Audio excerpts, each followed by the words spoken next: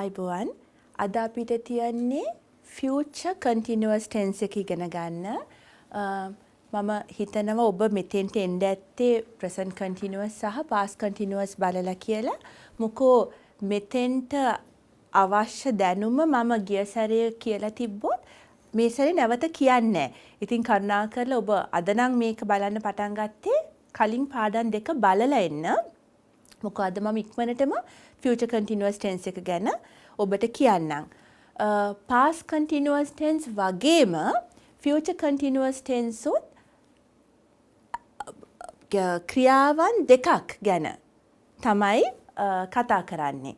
මම past continuous tense එකේ කිව්වා Sunil was sleeping when I went කියලා. මුලින් කරන action එක past continuous, දෙවනියට කරන action එක past simple වුණා. future continuous tense එකම ඒම සංකල්පය future එකට දාන එක විතරයි තියෙන්නේ. එතන මතක තියාගන්න ඕන එක දෙයක් තමයි කරමින් සිටින action එක future continuous. එතකොට ඒකට දෙවනියට වෙන action එක future simple නෙමේ present simple කියන එක. ඒක ටිකක් තේරුම් ගන්න මම examples දෙක තුනක් දෙන්නම්. මුලින්ම අපි future continuous ලියන විදිය සහ කියන විදිය ඉගෙන ගමු.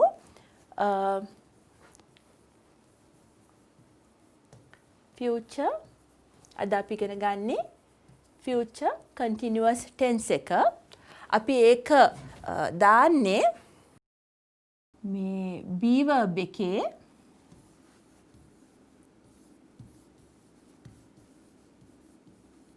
future tense එක සහ අර continuous වල හැමතිස්සෙම verb එකයි ing form එකයි. So be verb එකේ future තමයි will be කියන helping verb එක. will be කියන helping verb එක. ඒකත් එක්ක verb එකේ ing form එක දානවා. So I will be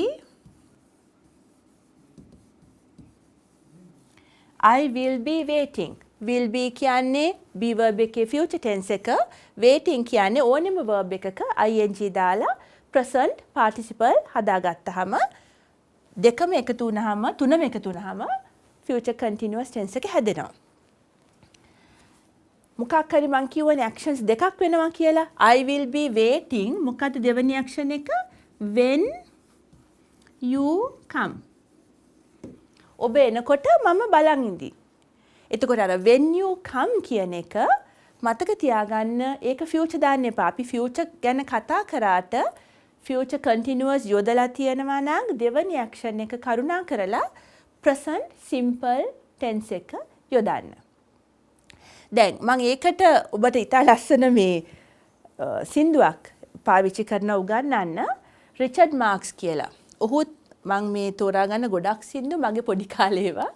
මේ ඒක හොඳයි ඔබ තරුණෙක් කෙනෙක් නම් පොඩ්ඩක් 70 80 දශකේ ඊටාම මේ දැන් නොතිබෙනවට නෙමෙයි ඊටාම ලස්සන සින්දු ගොඩක් ආපු කාලයක්. එතකොට මේ රිචඩ් මාක්ස් කියලා ඔහු තාම ඉන්න ඔහු දැන් වයසයි I will be right here waiting for you කියලා ආදර සින්දුවක් කිව්වා. මම මගේ Facebook page එකේ ඒ සින්දුව comment section එකේ දාන්නම්.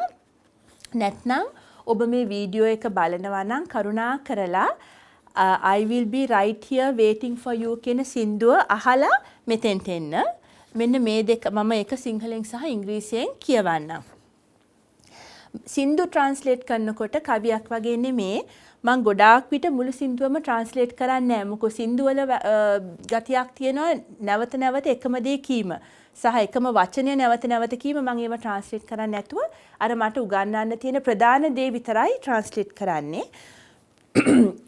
Richard Marx, I will be right here waiting for you.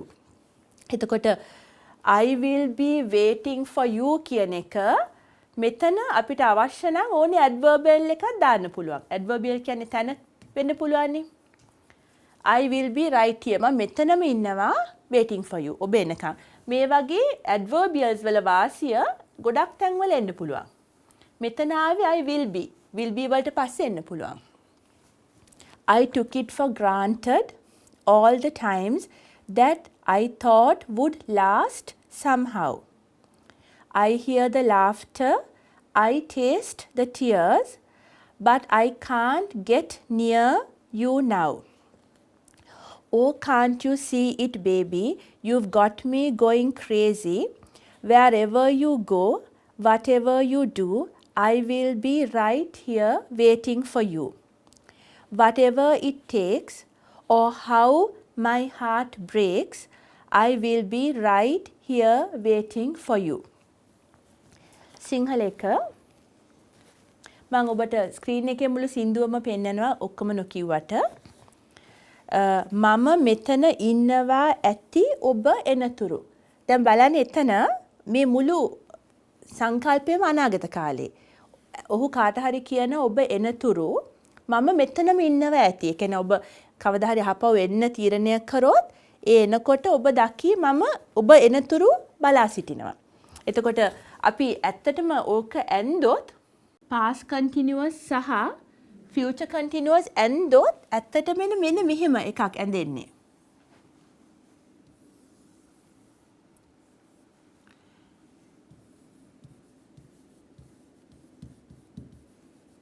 මේ දෙවනි action එක මේක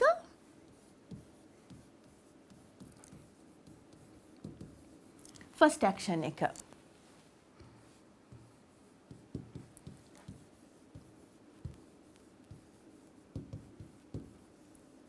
මේක තමයි I will be waiting. කර කර ඉන්නේ. මේක තමයි you come. I will be waiting when you come. මෙයා එනකොට මේක කර කර පවතින්නේ. මම visually මේක ඇන්දොත් එන ඔබට diagram එකක් වගේ ඇන්දොත් මෙන්න මේ වගේ action එකක්. ඕකමයි past tense එකේ වෙන්නේ. past tense වල වෙනස වෙන්නේ will be waiting නෙමේ. I was waiting when you came. So, make future continuous, make past continuous. ඒකේ ආකෘතිය එකමයි. එතකොට ඔය verbs වල ආකාර අමාරු නෑ. එකම ආකෘතිය ඊටාම logical විදිහට යන්නේ. I will be waiting when you come කියන එකම තමයි රිචඩ් මාක්ස් මේ විදිහට කියන්නේ. මම මෙතන ඉන්නවා ඇති ඔබ එනතුරු. Richard Marx.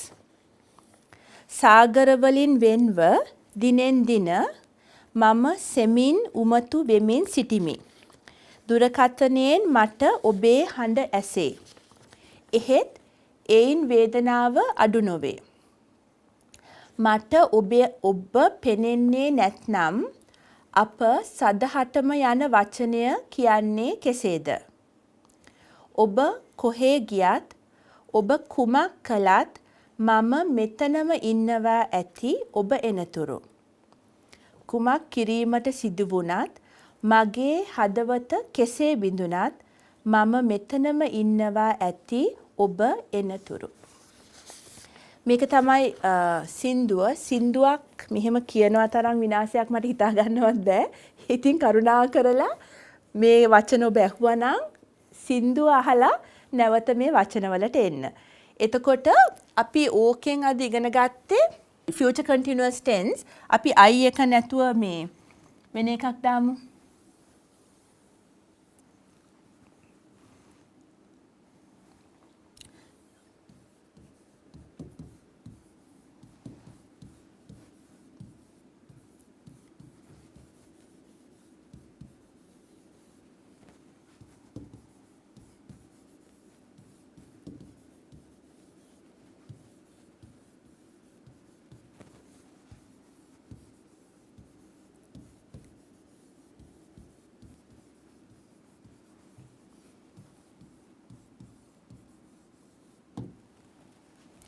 අපි මෙතන නමක් නැතුව දැන් හිතන්න අපි විශ්වවිද්‍යාලේ මොකක් හරි සාකච්ඡාවක් කරනවා වෙනස්කම් වගේක් ගේන්න. එතකොට කාට හරි කියන්න පුළුවන් හිතන්න අපි සිලබස් චේන්ජ් එකක් ගැන කතා කරනවා කියලා. එතකොට කාට හරි කියන්න පුළුවන් මේ වෙනස්කම් එනකොට අපේ ශිෂ්‍යෝ 4th year එකේ ඉන්නවා ඇති. මේ වෙනස්කම් වෙනකොට අපේ ශිෂ්‍යයෝ 4th year එකේ ඉන්නවා ඇති දෙකම අනාගත කාලේ. එතකොට මුලින්ම වෙන්නේ ශිෂ්‍යයෝ 4th year එකේ ඉන්නකනේ. දිගටම වෙවි තියන්නේ. මෙහෙම තමයි කියන්නේ. The students will be studying in the final year. අවසාන වසරේ when these changes come. මේ වෙනස්කම් එනකොට. The students will be studying. Will be studying කියන්නේ future. The students will be studying in the final year. දෙවැනි action එක මොකක්ද? When the changes come. මතක තියාගන්න දෙවැනි action එක future උනත් අනාගතේ උනත් ඔබ යොදන form එක තමයි present simple tense. When these changes come. When the changes will come කියන්න එපා. When the changes come. එතකොට ප්‍රශ්න අහන්නේ කොහොමද? B එක විතරයි පයින්නේ. Will the students be studying? Will the students be studying in the first year when the changes come? කවුරු හරි අහුවොත් එතකොට ළමයි ටික final year එකේදී ඉන්නේ මේ changes එනකොට will the students be studying in the first year final year when the changes come? subject එක ගැන ප්‍රශ්නයක් අහුවොත් who will be studying in the final year when the changes come? Students. මොන year එකේද? ඒ ප්‍රශ්නේ in which year ඒක යන්නේ inversion එකට. In which year will the students be studying when these changes come? In which year inversion එක එකතු කරන්න will the students be studying when these changes come?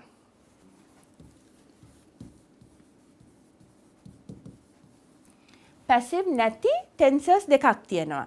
එකක් තමයි මම මේක කරලා නැහැ. ඔව්.